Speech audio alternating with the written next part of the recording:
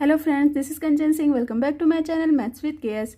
Friends, आज आपके exam में आपने देखा पीआरटी में कि जितना भी मैंने मैथ्स में आपको इंपॉर्टेंट कल करवाया था, मार्क करवाया था कि इससे क्वेश्चंस आ सकते हैं, उन सबसे क्वेश्चन आए हैं। तो मुझे बहुत अच्छा लगा। आप सबका पेपर कैसा हुआ है प्लीज़ कमेंट बॉक्स में बताइएगा। और आज के पेपर में क्या क्या आया है चलिए डिस्कस कर लेते हैं। देखिए, मैथ्स में आपका मेंसुरेशन से क्वेश्चन आए हैं 2। मैंने आपको 3D मेंसुरेशन को कल बोला था कि इसको अच्छे से कर लेना है, इसको आने की चांसेस हैं। तो देखिए, आपका 3D से ही आया था। एक क्यूबॉइड से क्वेश्चन था और रेक्टेंगल का एरिया में भी आपको एक क्यूब दे दिया था, यानी कि वो उसका जो फर्स्ट जो साइड थी वो स्क्वायर के उसमें हो जाएगा, तो और रेक्टेंगल का उससे निकालना था। तो बस इसमें फॉर्मूला से ही था और कुछ डिफिकल्ट नहीं था, ईजी था। बस है कि आपको दोनों के प्रॉपर्टीज़ पता होना चाहिए, स्क्वायर और रेक्टेंगल की। आपका ज्योमेट्री से देखिए, मैंने केंद्रक आपको इंपॉर्टेंट मार्क करवाया था ना। केंद्रक से एक क्वेश्चन था, क्यूबॉइड से आया था एक क्वेश्चन। मैंने प्राइम नंबर आपको मेंशन करवाया था इंपॉर्टेंट, प्राइम नंबर से एक क्वेश्चन था, यानी कि ये नंबर सिस्टम में आ गया। देखिए 3 आ गया, मेंसुरेशन, ज्योमेट्री और ये नंबर सिस्टम। मैंने आपको इतनी बार जितनी क्लासेस हो रही थी, मैंने हमेशा आपको ये बोला है कि ये 3 बहुत मेजर पार्ट आएगा आपके एग्जाम में, और उन्हीं से आया है। देखिए, डिविजिबिलिटी रूल कल मैंने आपको रिवाइज कराया था और बताया था। फ्रैक्शन से देखिए 2 से 3 क्वेश्चन आए। एक तो आया है फ्रैक्शन टू डेसिमल कन्वर्जन, यानी फ्रैक्शन नंबर दिया था उसको डेसिमल में कन्वर्ट करना था। और दूसरा आया था जो कल मैंने आपको क्वेश्चन करवाया था कि ग्रेटर कैसे फाइंड करते हैं फ्रैक्शन, वो बताना था।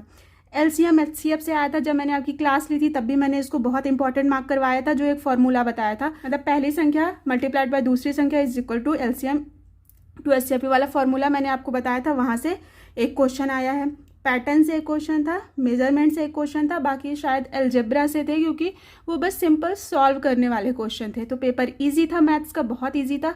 आई होप आप सबका बहुत अच्छा पेपर गया होगा।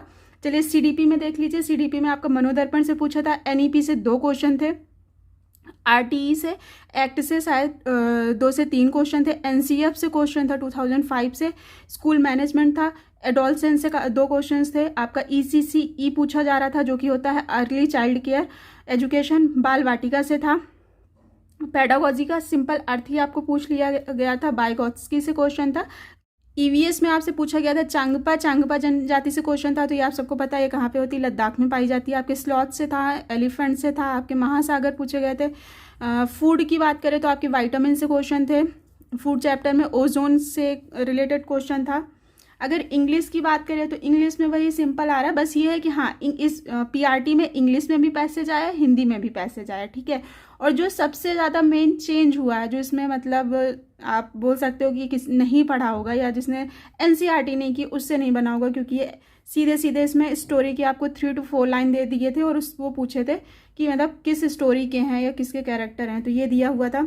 आपको नरेशन समरी यानी कि वॉइस से क्वेश्चन था, एरर से था, एंटोनिम से था, सिनोनिम से था, और हिंदी में संज्ञा सर्वनाम संधि और समरी इसमें भी आई थी। रिमझिम कोई पोयम है, उससे समरी आई थी।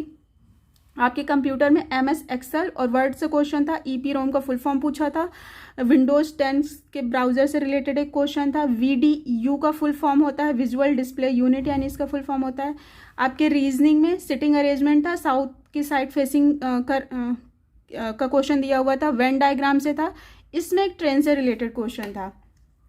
आई होप आज की वीडियो से आपकी थोड़ी सी हेल्प हो पाएगी। अगर वीडियो अच्छा लगा हो तो please like share and subscribe कीजिएगा। Thanks for watching.